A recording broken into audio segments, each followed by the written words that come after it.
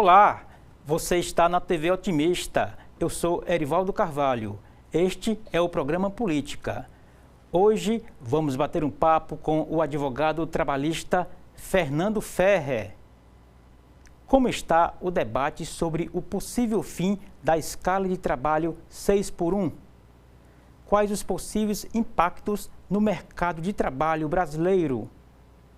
Que modelo poderia substituir o formato atual? Ainda, o que diz a legislação trabalhista atual? Estas e outras questões a partir de agora, no programa Política.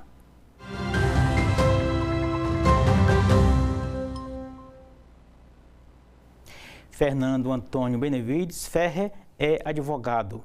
O convidado tem pós-graduação em Direito Público e em Direito e Processo do Trabalho. Fernando Ferrer integrou a diretoria da Caixa de Assistência dos Advogados, foi conselheiro da Ordem dos Advogados do Brasil e presidiu a Comissão de Direitos Humanos da entidade. Fernando Ferrer atua há mais de 20 anos na área trabalhista. E é com o advogado Fernando Ferrer que converso no programa de hoje. Doutor Fernando Ferrer, muito obrigado pelo convite aceito. É uma honra tê-lo aqui conosco. Tudo bem? Erivaldo, eu que agradeço. A TV Otimista, que agora é Brasil, né? Exatamente. Né? Um crescimento importante desse grupo tão promissor que está trazendo a comunicação, trazendo a informação ao povo do Ceará e agora ao povo do Brasil. Então, eu que agradeço, parabenizo a você, ao Adriano Nogueira, por essa televisão em ascensão tão remota, tão grande que está acontecendo agora no Brasil todo, muito importante para todos nós. Muito obrigado aí pelas referências. Doutor, a gente, por falar de Brasil aí, dessa dimensão mais nacional, a gente tem na ordem do dia, principalmente na área em que o senhor milita no direito, que é essa discussão sobre discussão sobre o possível fim, digamos assim, da escala 6x1. Para os não iniciados, de que a gente está tratando, doutor Ferrer? Olha, primeiro um projeto de uma deputada, Érica Hilton, né, do PSOL, que ela quer jogar confete para a plateia, né? Lamentável que alguns setores aí, alguns empresários ligados à política nevasta desse governo que aí está, estão encampando uma balela, um projeto que não deveria estar sendo nem discutido, no meu humilde entender, claro. Mas o que ocorre? É óbvio que um trabalhador, ele precisa do seu horário de descanso. E é óbvio também que apenas um dia só da semana não é suficiente, né? A grande maioria da população trabalhadora do Brasil tem 2 dias na semana, geralmente ao sábado e domingo, nem todos é ao sábado e domingo, óbvio, mas tem seus 2 dias de descanso. Mas para que isso ocorra, não é necessário uma balela, a falta de discurso, a falta de diálogo, de forma assoldada querer jogar para a sociedade uma mudança como se isso fosse trazer um grande benefício. Não vai trazer um grande benefício, primeiro, porque não vai mudar na rentabilidade, na remuneração do trabalhador. O que importa ao trabalhador é dinheiro no bolso, pagar as suas contas, e não apenas uma redução da jornada. Repito, é importante a redução para que haja um convívio, haja um descanso, haja um convívio familiar maior com a família, um lazer maior. Todo cidadão, todo ser humano merece. Agora, com dinheiro no bolso. Trazer uma redução, ela fala da jornada, mas ela não fala especificamente do que ela está propondo, que é uma redução das 44 horas semanais para 36 horas semanais. E ao invés de propor um aumento na remuneração do trabalhador ter um descanso maior, mas comitantemente ter uma remuneração maior, aí sim. Mas não. Esse projeto, ele traz, até um estudo feito pela Fiesp, um prejuízo para as indústrias anual de 115 bilhões de reais. Quem vai pagar essa conta, Arivaldo? Quem vai pagar essa conta somos nós. A competitividade do mercado brasileiro, que já é tão precário, tão ruim, vai diminuir drasticamente. E, obviamente, nós vamos ter, quando se fala em empresário, eu gosto sempre de repetir, empresário, a gente não pode ter na mente que é só aquele mega empresário donos de grandes empresas, não. Empresário é aquele da ponta ali, aquele pequeno empresário, da mercearia, do mercantil, do balcão, que às vezes trabalha de domingo a domingo. Eu conheço, tenho vários clientes que têm mercantismo na periferia de Fortaleza, no interior do Ceará, que o proprietário trabalha de domingo a domingo. É inaceitável, porque ele tem a família, ele tem um lazer, ele tem os filhos. Mas se ele não trabalhar dessa forma, o mercado mercantil fecha. De onde viria esse prejuízo dos 180 bilhões que a Fiesp aponta, doutor? A estimativa é de em torno de 115 bilhões, mas pode, obviamente, ser muito mais. Vai vir de nós todos. Mas vai vir da precarização. É porque ele vai ter que contratar mais pessoas, a produtividade vai cair, como é que é assim? Aí, de onde é que vem aí é um outro ponto que também tem que ser levantado, como eu disse, não pode ser um projeto para a plateia, projeto de PSOL, projeto para precarizar tudo. Repito, todo cidadão, todo trabalhador tem que ter condignamente, não pode ser uma escravatura moderna, de que realmente um dia na semana é suficiente. Mas nós temos na Constituição Federal, artigo 5º, inciso 15, inciso 20, a liberdade sindical. E nós temos que deixar essa liberdade sindical resolver, porque há atividades, né, como em hospitais, em que a jornada 4x3 é mais benéfica, tanto para o trabalhador como para o empresário. E é isso que nós temos que comungar. E nós comungamos através da liberdade sindical.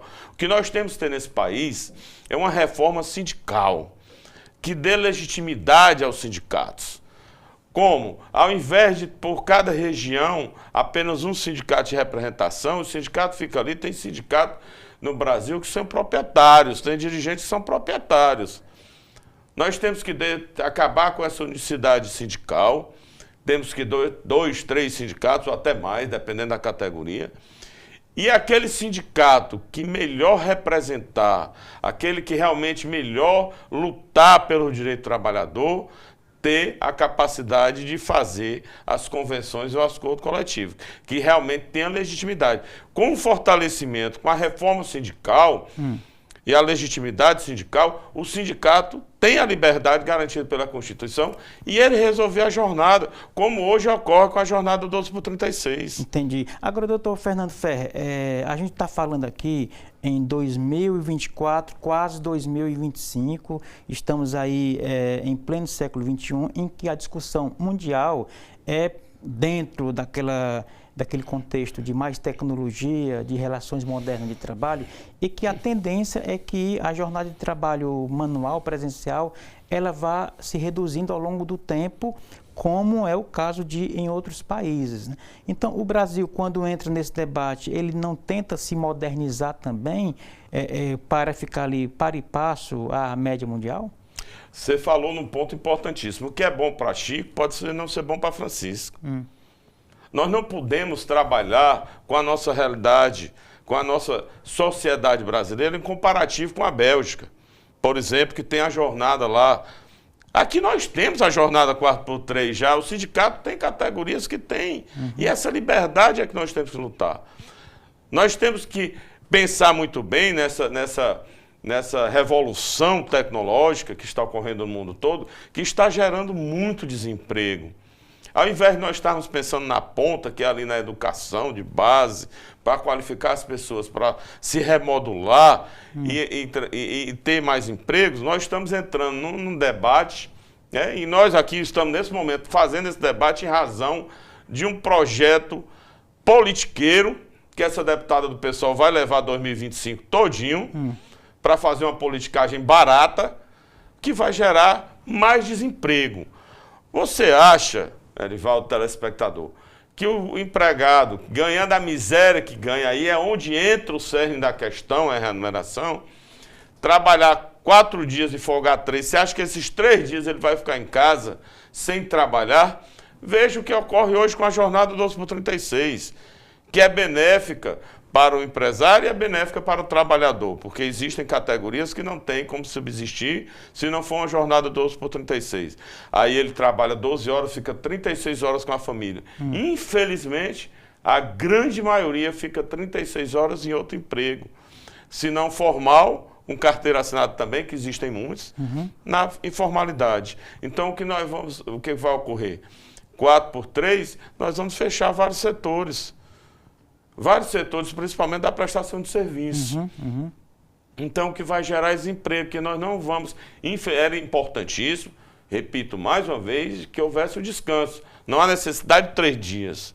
2 dias já é mais do que suficiente e não precisa um domingo a cada mês, não precisa ser todo sábado, todo domingo. Isso aí fica convencionado, fica no acordo com o sindicato e cada setor individualizado da forma que melhor gerir o empreendimento, porque o empreendimento é que paga o salário do trabalhador, não é o governo, não. Não é a deputada que vai pagar o salário do trabalhador, não. Quem paga o salário é o empreendedor, é o pequeno, médio e grande empresário. E se nós colocarmos que obrigatoriamente tem que ter uma jornada para todos dessa forma, como ela está, de forma assodada, sem debater com todos os setores da advocacia, do Ministério Público, dos sindicatos, vai gerar uma onda de desemprego enorme no país, como se não bastasse já esse desemprego que a onda tecnológica está gerando em todo o mundo. Não é culpa do governo PT, não era culpa como o PT dizia que era culpa do governo Bolsonaro, não é. É a reforma tecnológica que está gerando desemprego, basta verificar que qual foi a última vez que foi numa agência bancária? As pessoas não precisam ir mais numa agência bancária. É tudo feito pelo celular, pagamento tudo feito pelo celular, você não anda mais com dinheiro, o dinheiro é eletrônico. O que ocorreu? Fechou diversas agências. Lá no Fórum Trabalhista tinha uma agência da Caixa Econômica, tinha uma agência do Banco do Brasil. Com a pandemia, que todos os alvarás ficaram eletrônicos, as agências fecharam há muito tempo. Onde é que esses trabalhadores estão?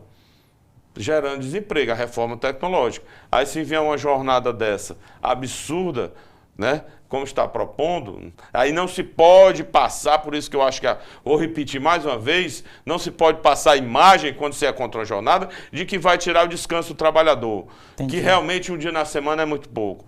Mas aí não se fala que a remuneração do trabalhador vai aumentar, que é o mais importante. Que a narrativa do projeto fala em descanso, em lazer, etc. Né? A balela qualidade do projeto, de vida, saúde mental. Essa deputada é muito infeliz, a população tem que ter a concepção de que ela está querendo ser a boa samaritana do descanso do trabalhador, que ele não é um escravo moderno, de que ele vai ter 3 dias de descanso, 3 dias de descanso, não vai ficar em casa, infelizmente, porque o trabalhador ganha muito pouco. Aí vai complementar. Muitos motoristas de Uber fazem isso como complemento de renda, inclusive, né? Exato. Você falou uma coisa importantíssima.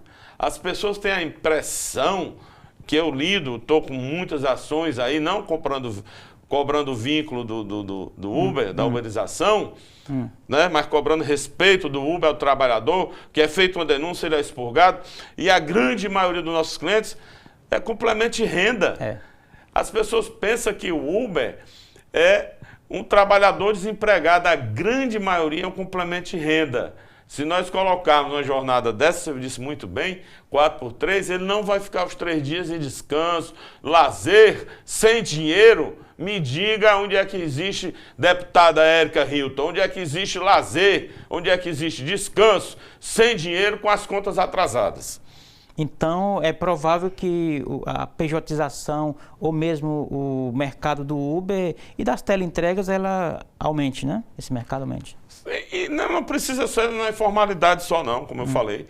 Pode ser na formalidade, né? A jornada 12x36, muitos trabalhadores têm na CTPS, e não é vedado, mais de um contrato de trabalho. Entendi. Então, além de gerar o desemprego por conta da questão empresarial, que a lucratividade, óbvio que tem que existir em qualquer comércio, em qualquer setor, nós vamos ter aí o desemprego gerado por conta das empresas em dificuldades e por conta que um trabalhador vai estar ocupando 2 empregos e tirando um emprego de terceiro. Porque se ele é mais capacitado, se ele é melhor, é uma experiência vasta, ele vai conseguir o campo de emprego em 2 contratos. Porque ele vai ter 3 dias que ele vai trabalhar em outra empresa.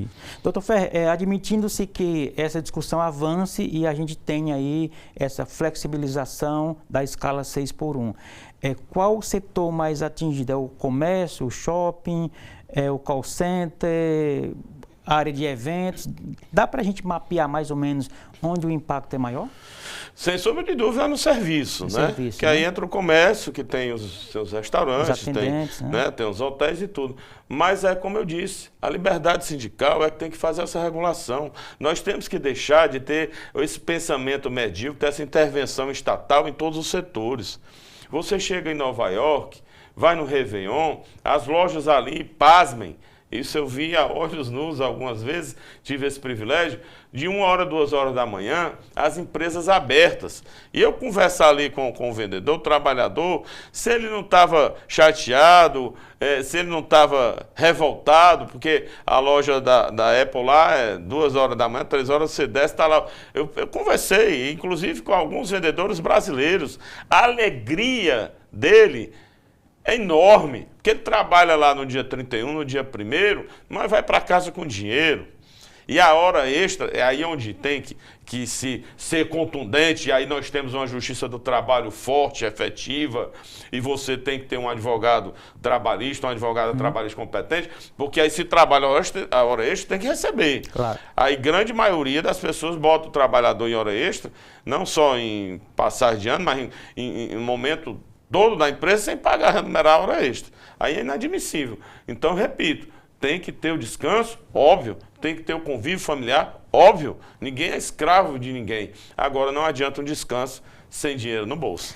Muito bem, doutor Fernando, ficou bastante claro. Vamos fazer aqui um rapidíssimo intervalo, tá bom? Daqui a pouco a gente volta com o nosso convidado de hoje, discutindo aqui conosco o possível fim da escala trabalhista 6x1. É rapidinho, a gente volta. Não saia daí.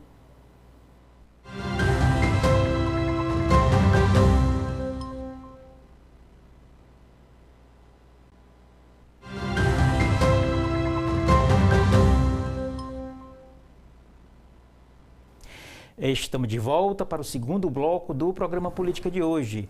Você está na TV Otimista, eu sou Erivaldo Carvalho e a gente recebe o advogado trabalhista Fernando Ferrer, nos ajudando aqui a entender essa polêmica nacional lá no Congresso Nacional e em muitos cantos do Brasil, principalmente no ambiente empresarial, doutor, falando sobre o possível fim da escala 6x1. Essa discussão, obviamente, ganhou terreno, né, virtual, começou basicamente pela internet, e o Congresso Nacional, cujos integrantes são movidos ali à opinião pública, à pressão popular, alguns acabaram apoiando, né, a tramitação dessa PEC, às vezes até desconsiderando o mérito, né?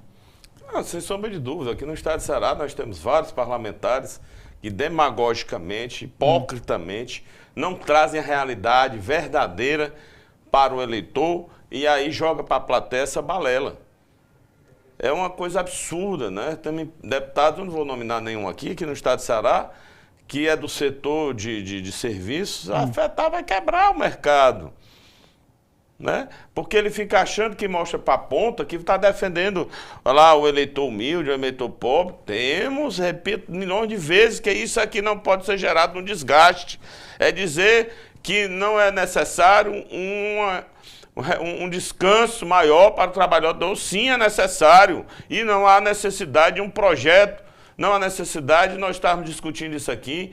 Vai passar 2025, essa hipócrita deputada aí do PSOL, debatendo isso, e a imprensa nacional, grande parte, sem a coragem de dizer a verdade, que existe na Constituição Federal, artigo 5º, a liberdade sindical, e que deixe que os sindicatos com as categorias resolvam para não afetar setor nenhum. Aí, infelizmente, nós temos parlamentares aqui que já assinaram hipocritamente, sem debater, sem ler o projeto, sem saber a situação, sem saber o impacto, sem saber o que é que vai gerar, querendo fazer essa política de bom samaritano, de bom político, quando, na verdade, só está preocupada com seus interesses pessoais lá em Brasília. Entendi. Doutor, as relações de trabalho no Brasil sempre foram ali um importante cenário para a política partidária, principalmente a centro-esquerda, o PT, o PSOL, etc. Só que o mercado de trabalho mudou muito, o sindicalismo perdeu força.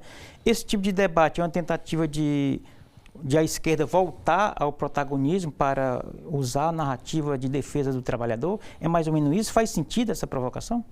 Sim, é tentar voltar ao debate, sem sombra de dúvida, de forma sorrateira, de forma demagógica, de forma sem um embasamento, um estudo, um debate com todos os setores, sem sombra de dúvida. Agora só vai agravar mais ainda, porque esse desemprego que a reforma tecnológica está gerando já há muito tempo, não é de hoje, né? Começou na Alemanha em 2014, se agravou agora na pandemia de forma drástica, foi um avanço enorme.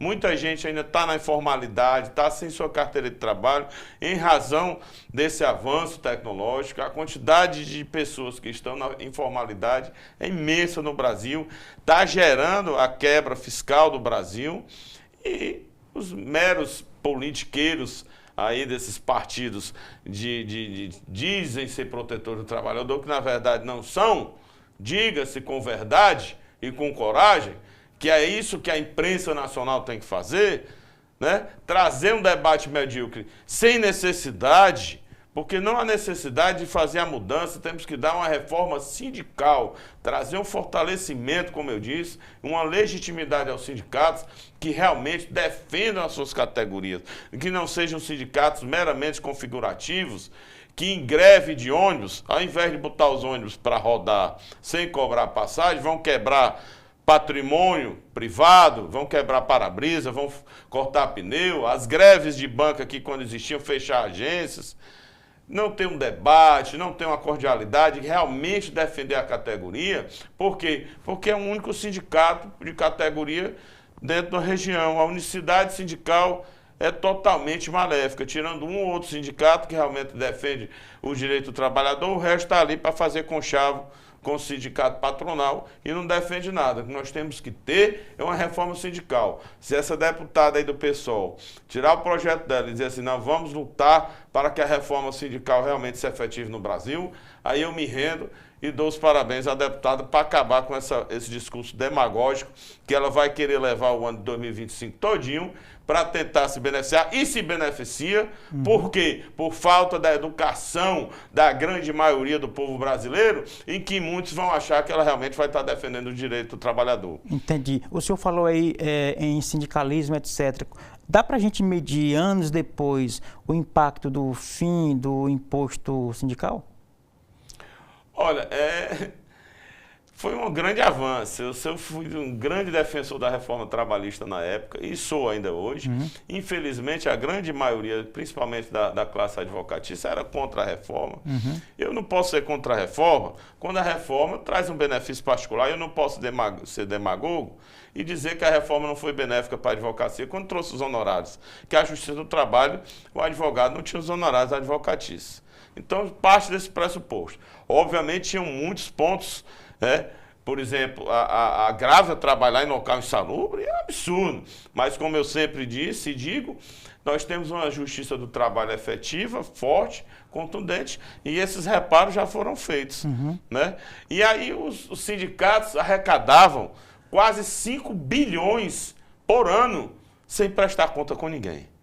E compulsoriamente, no bolso do trabalhador. Obrigatoriamente, se o trabalhador sendo obrigado a pagar. Era um dia de trabalho, a contribuição, né? Exato. Era um dia de trabalho, isso é um absurdo.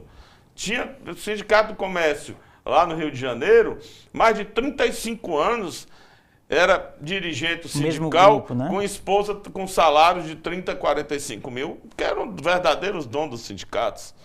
Isso é uma excrescência. E aí essa discussão da compulsoriedade, isso é um absurdo. Ninguém pode ser compelido a obrigar a pagar uma coisa, aquilo que não lhe representa. Ah, porque é só um sindicato? Sim, nós temos que ter sindicatos, mas nós temos que ter sindicatos legítimos e não pagar sindicatos ilegítimos que não defendem a categoria.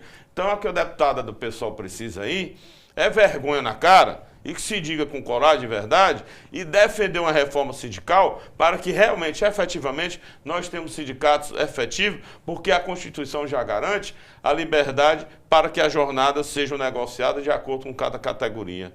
e não gerar mais desemprego, que é o que esse projeto dela está visando. Gerar um desemprego enorme, deixar o trabalhador 3 dias em casa? Não! Não, porque ele vai trabalhar, nem que seja na informalidade, porque ele não vai querer ficar 3 dias em casa com o salário miséria que ele recebe atualmente. Entendi. Agora, doutor Fernando, a gente tem, por esses meses, né, atuais, um dos menores índices, né, de desemprego da série histórica, né? Isso, de alguma forma, não significa que o mercado de trabalho está dinâmico, que um tipo de discussão dessa aí de reduzir a escala não é oportuna, ou isso não tem relação uma coisa com a outra? Tem total relação. Só que essa questão do desemprego, né, eu tenho minhas dúvidas. Basta ver a quantidade de desempregados que a gente se depara diariamente.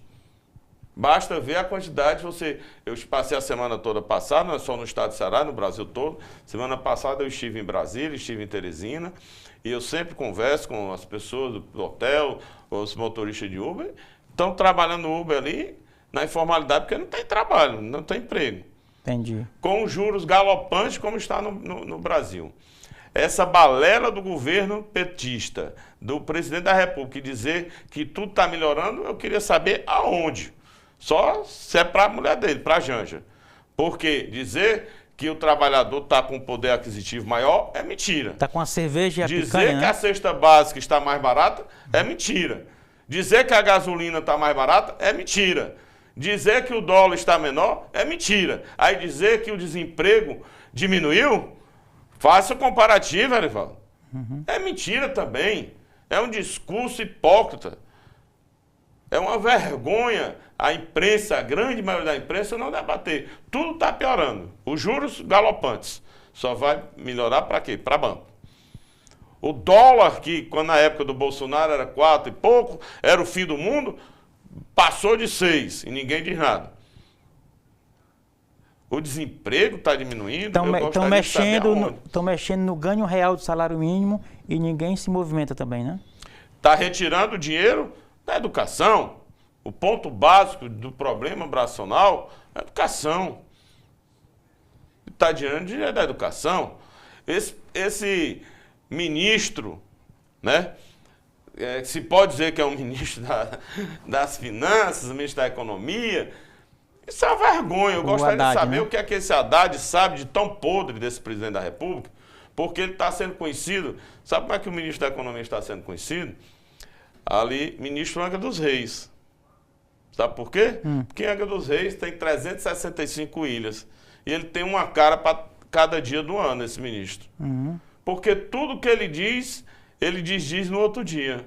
Ele não tem a mínima capacidade para estar gerindo a economia nacional. O presidente da República, é óbvio que sabe disso, e não substitui por qual motivo? Entendi. Inclusive, isso tem tido uma reação, uma rejeição muito forte, né, no mercado financeiro, no próprio meio político, no judiciário, esse pacote de corte de gastos, né? É uma vergonha. Eu tive há 3 meses na Argentina, estive no Paraguai, a Argentina está galopando, né? Aí, realmente, você sente na economia, você sente nas pessoas que a coisa está começando a gerir. O Paraguai, as pessoas têm isenção de impostos lá, que o Brasil só aumenta imposto. O brasileiro não aguenta mais pagar tanto imposto. Se o da ponta ali soubesse o quanto do salário mínimo, do salário que ele é corroído por causa do imposto, porque ele acha que ser pobre não paga imposto. Basta ele ver nas mercadorias que ele precisa adquirir para matar a fome dos seus filhos e da sua família. O senhor não faz coro a muita gente que espera resultados positivos da reforma tributária, melhor dizendo? Olha, eu não vou adentrar nesse assunto, que é outro ponto polêmico, inadmissível, em que novamente, e aí deputados de outros setores estão com argumentos medíocres, falatórios, falácias, politiqueiros, em defender uma reforma em que vai meter a mão no bolso do trabalhador. Entendi. E vai quebrar mercado de trabalho no Brasil. O Brasil está numa situação, e aí que você falou muito bem, a questão do desemprego. Eu gostaria de entender, do fundo do coração, como é que está diminuindo o desemprego se tudo no Brasil está pior. Veja o preço da gasolina, veja os juros exorbitantes. As pessoas estão sendo iludidas. Nós precisamos que esse presidente da República pare com essa falácia, com essa mediocridade de dizer que tudo no Brasil está melhorando. O trabalhador não é tão imbecil. O cidadão brasileiro não é tão imbecil. Basta ir no supermercado no mês e no mês seguinte, que ele vai saber que está tudo pior, tudo se agravando, poder aquisitivo cada vez menor. Então, por que nós vamos estar tratando de um assunto, de uma redução de uma jornada de 4x3 para o trabalhador passar 3 dias em casa passando fome? Entendi. Ô, doutor Fernando, o senhor está há muito tempo no mercado, eu falei até aqui no início, mais de 2 décadas, então o senhor pegou a opinião pública de antes da internet, de antes das redes sociais. E esse debate sobre o possível fim da escala 6x1 ganhou muita força no ambiente online, como eu já falei. Eu queria saber em que medida isso, de alguma forma, chega ao trabalhador antes de uma informação real, o mérito da questão que seria por onde, né, a discussão deveria começar, né? Erivaldo, nós já estamos beirando a 3ª década, né? Nós vamos completar já 30 anos de formatura em julho do ano que vem. E fui 2 anos nos juizados especiais, temos já 27 anos na advocacia trabalhista. E o exemplo maior é aqui, a televisão. Eu tenho há 20 anos de trabalho com televisões no estado do Ceará. As televisões eram enormes, tinham que ter espaços imensos, porque a quantidade de pessoas, todas, a agência de publicidade, Tarcísio Tavares, finado Tarcísio Tavares, um grande amigo. O TT, uma né? pessoa, o TT, a agência dele, no final da vida dele, porque o coração dele era muito grande, ele não demitia. As agências naquela época, 20 anos atrás, já estavam trabalhando com 4, 5 pessoas. O diagramador, ali o pessoal do computador. Tarcísio amava todas as pessoas. Quando foi no final, que nós fomos enxugar lá, verdadeiramente a palavra é essa, que já estava numa situação difícil, ele tinha mais de 40 pessoas ociosas ainda usando a máquina da datilografia, de escrever. Então impacta demais, né? Esse avanço tecnológico na advocacia, por exemplo, ou antigamente os advogados gostam muito nas sextas-feiras, que é muito salutar, aí é onde entra o debate importante de uma jornada, seja pactuada, e que o próprio advogado, por exemplo, gosta na sexta-feira de já meio-dia ali para os almoços. Antigamente, quando a gente iniciou, a gente ia para o almoço, dava 1h, 1h30 da tarde, tinha que correr para volta para o escritório, porque não tinha sequer o celular. Hoje não, hoje onde você está, eu viajei a semana passada toda. O escritório, as pessoas estão no interno e fazendo as audiências, continuam trabalhando e eu continuo trabalhando de lá. Porque é tudo respondendo tecnologicamente, revisando as petições pelo próprio celular, não precisa mais nem de computador. Antigamente ainda levava um computador ali na pasta, hoje nem isso, pelo celular, o maiorzinho dá para a gente analisar tudo. Então isso impacta também na jornada de trabalho. Sim, impacta na jornada de trabalho, você pode ter um tempo maior de descanso. Entendi. Mas nós temos que ver o principal, que é o bolso do trabalhador. Muito bem. Como é que faz para encontrar na internet o escritório, o seu perfil? Como é que faz, doutor? Olha, eu até brinco. Você tá Fernando Ferro, aparece um cantor cubano muito famoso, muito querido. Que não é... Aparece o Fernando Ferro, ex-candidato a prefeito de Nova York. E o meu tá lá, o meu celular é meu há 32 anos. Eu tenho um orgulho de dizer isso, Edvaldo, porque advogado, o juiz pode mudar o celular na hora que ele quiser. E até salutar. Mas o advogado que muda de telefone é porque ele não quer que o cliente dele encontre ele novamente. Eu tenho um cliente de 20 anos atrás, 15 anos atrás. É só botar Fernando Ferro ou ir lá no Instagram, @advogadoferro, que nós estamos sempre à disposição. Muito bem. Daqui a pouco o senhor repete para quem não anotou ainda, tá bom? Por hora vamos fazer um intervalo. Daqui a pouco a gente volta com o nosso convidado de hoje, o advogado Fernando Ferro, aqui conosco, batendo um papo sobre o mundo do trabalho. Não saia daí. A gente volta já.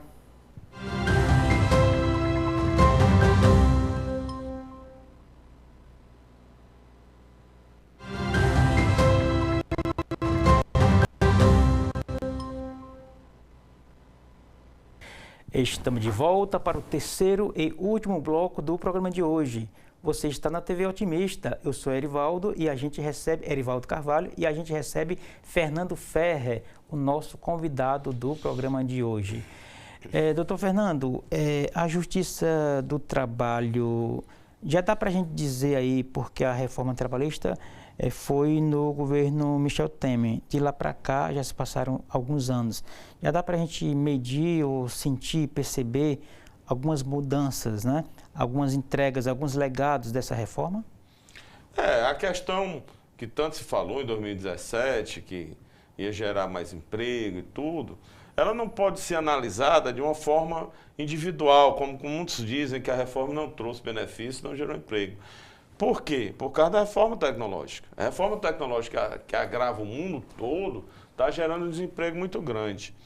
Mas um dos grandes benefícios da reforma em 2017 é a questão do que é combinado, do que é a liberdade sindical, né? Do que é pactuado prevalecer sobre o legislado ou não. Então, o grande problema da reforma, que eu sempre disse, foi a questão de ter sido uma reforma assodada, uma reforma sem debate, que é politicagem, que é como esse projeto que nós estamos debatendo aqui, dessa deputada, que ela está trazendo de forma politiqueira. Ela não está trazendo querendo o benefício do trabalhador. Muitos assinam porque ficam com medo de dizer que o trabalhador vai continuar um escravo moderno. Tem medo de perder o voto, digamos assim. Medo de perder o voto, só isso. Não tem a coragem, não tem a decência, não tem a honradez de tratar com envergadura que o trabalhador, de novo, não quer ficar em casa liso, sem poder pagar as contas. Então a reforma foi importante. Os pontos mais graves, o TST trouxe de forma muito rápida, muito contundente. Toda a Justiça do Trabalho do Brasil é célere, né? Traz o reparo, por exemplo, a taxatividade do dano moral. O dano moral é uma questão muito complexa. Aí veio a taxatividade do dano moral. Um elevador de obra cai, hipoteticamente, óbvio, 2 operários que ganham um salário de R$2.000 e um engenheiro que ganha um salário de 50 mil. O engenheiro vai ter o dano moral 50 mil vezes 50. E o operário vai ter o dano moral 50 mil vezes 2.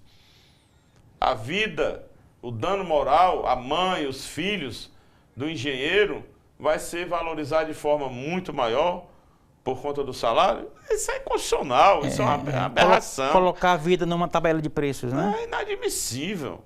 É inadmissível. Um exemplo grande aqui de dano moral. Um cidadão tem um cheque de R$100 devolvido, com dinheiro na conta. E um cidadão tem um cheque de R$500 mil devolvido com dinheiro na conta. Qual é o dano moral maior? Muitos pensam que o dano moral maior é o de 500 mil, porque o valor é maior. Não, de 500 mil tem 50 mil cheques devolvidos na praça. E aquele que tem um cheque de R$100 é um coronel do exército, aquele que nunca teve nem conta na bodega, nunca teve um cheque devolvido na vida. Aquele é ultrajante, é doloroso para a pessoa que teve a honra a vida inteira. O dano moral é muito maior. Então, o dano moral não pode ser mensurado de forma taxativa. Entendi. Então, a reforma teve esses pontos, né, infelizmente. Por quê? Porque não houve um debate, porque nós não fomos, a advocacia não foi ouvida. Mas no caso de mortes, essa diferença que você colocou, não entra aí o cálculo atuarial em relação à indenização, etc., material? Não, aí é a questão do dano material. Que o dano material é calculado pela estimativa de vida. Isso. Certo? Dependendo da idade da pessoa, que é o IBGE, em cada região tem a estimativa de vida, 75 anos, tem alguns até 76,5, tal, pelo salário. Aí projeto, você retira o que ele usaria, né, 30%, que ele usaria para o uso próprio, calcula pela idade, os anos estão faltando, 13º, e toda a repercussão, dano material. Agora, o dano moral, eu não posso dizer que a pessoa mais humilde tem um salário menor, vai ter uma condenação, a família vai ter direito a uma indenização bem menor ao outro, porque o outro tem um salário maior. O sofrimento da mãe de um ser humano é o sofrimento da outra mãe de outro ser humano. Não podemos diferenciar.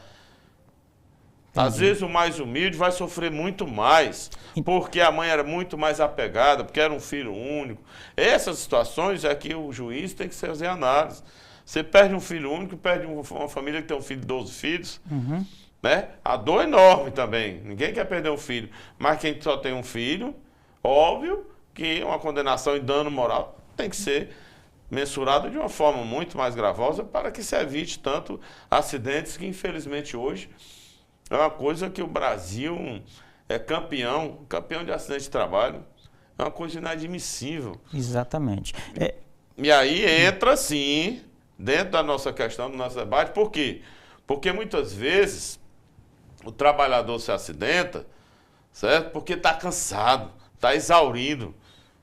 Agora, ele está exaurido porque só tem um dia de descanso? Não. De forma alguma. A jornada exorbitante que não pode ocorrer, as 2 horas máximas de jornada extra ali, excepcionalmente passar daquelas 2 horas.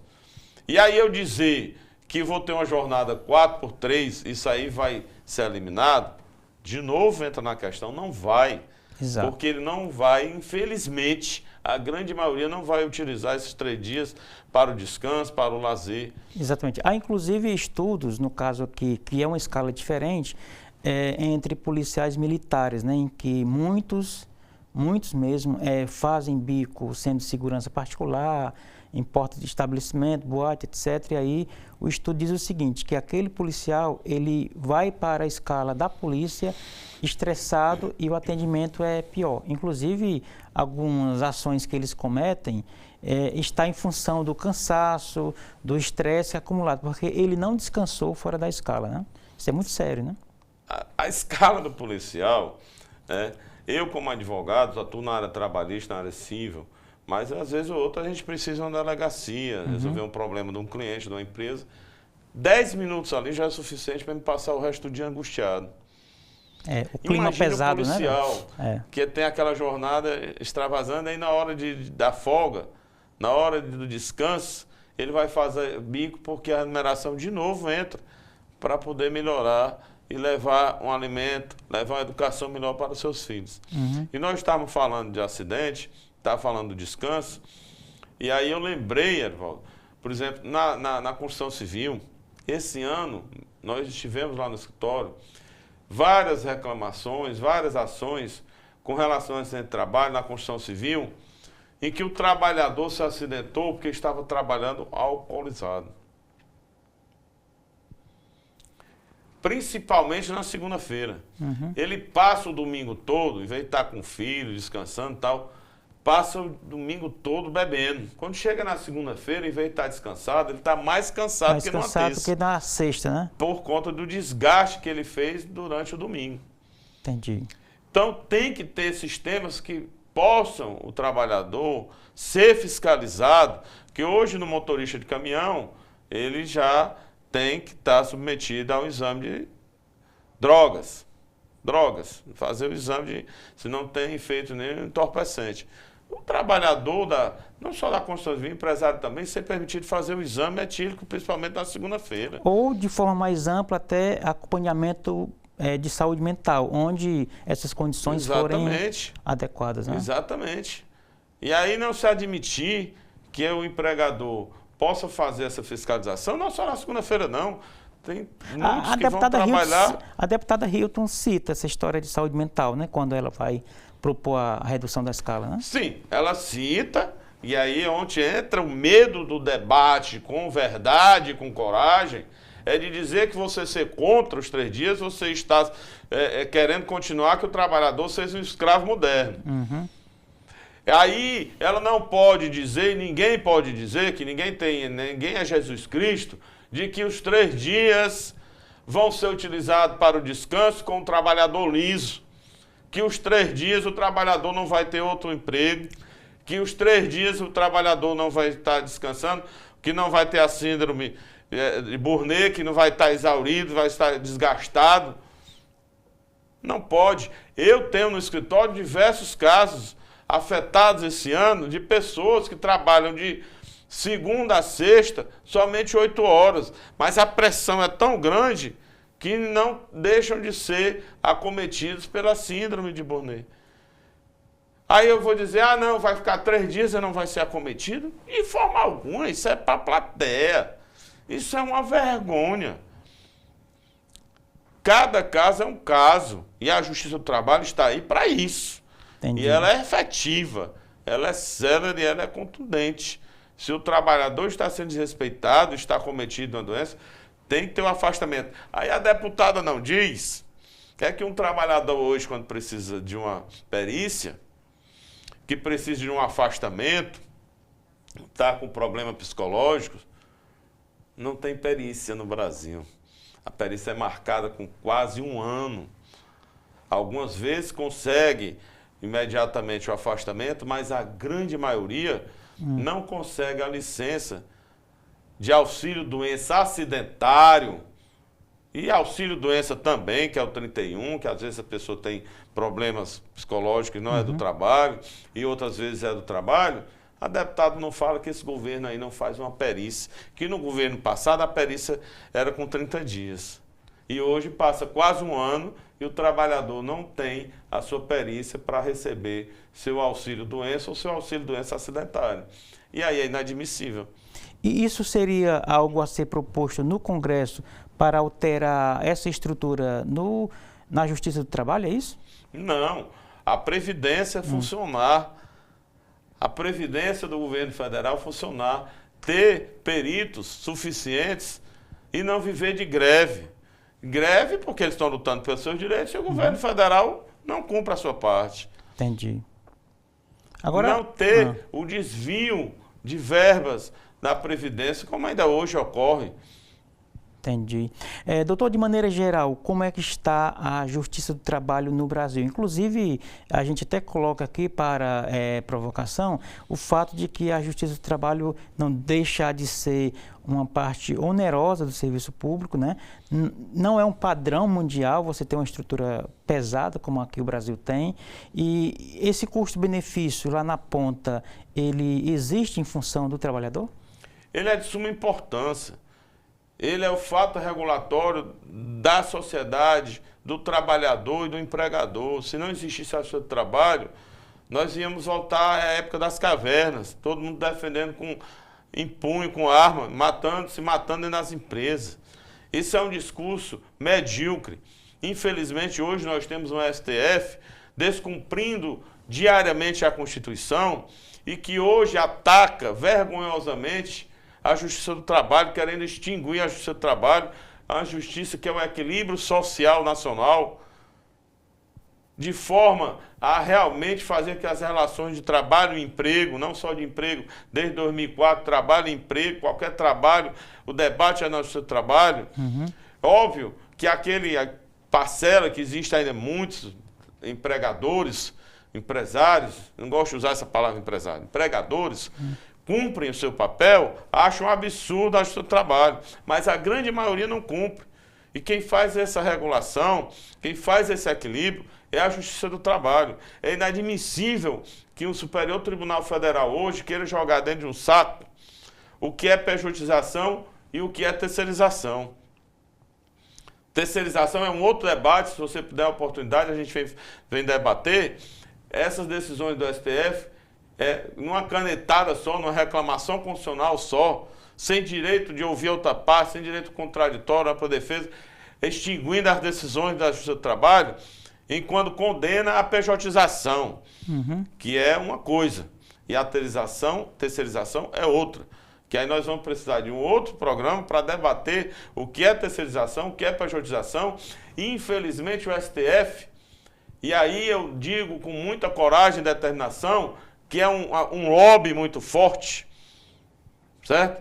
De algumas empresas, e nós não vamos citar o nome dessa empresa aqui, até para mim não ser processado, mas de algumas empresas, poucas empresas no Brasil que têm condenações, milhares de condenações milionárias, que estão fazendo um lobby enorme dentro do STF, e o STF está jogando dentro de um saco só, porque o STF regulou terceirização, ok, é permitido, não só mais meios e fins, mas terceirização é uma coisa. Terceirização tem que ter uma tríade. A empresa está funcionando, precisa de um trabalho específico, contrata uma terceira empresa que vai fornecer a mão de obra. Terceirizou. Daí o nome terceirização. Né? Terceirização. Agora, pejotização, pegar o trabalhador, retirar todos os direitos dele e colocar ele como pessoa jurídica para trabalhar, é outra coisa. Entendi. E aí está essa celeuma no Brasil hoje, enorme, imensa, à custa de um lobby muito grande, de meia dúzia de empresas, meia dúzia, não passa disso. Mas gigantes, né? Que devem bilhões na justiça do trabalho e, obviamente, está fazendo um lobby vergonhoso, tentando extinguir a justiça social. Não é a justiça do empregado, como muitos dizem, que querem extinguir a justiça do trabalho para dizer que a justiça do empregado não é.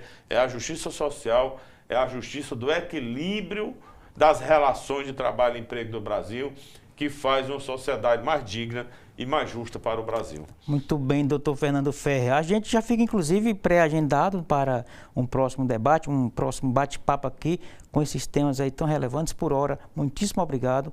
Parabéns, boa sorte aí na caminhada, as suas rápidas despedidas. Querendo, pode deixar aí o seu @ para quem não anotou da primeira vez. Eu que sou muito grato a você, a TV Otimista, meu amigo Adriano Nogueira, a você, telespectador, desejar um Feliz Natal, um Feliz Ano Novo e a ratificação que nós estamos para defender o que é justo e não o que é plateia para eleição.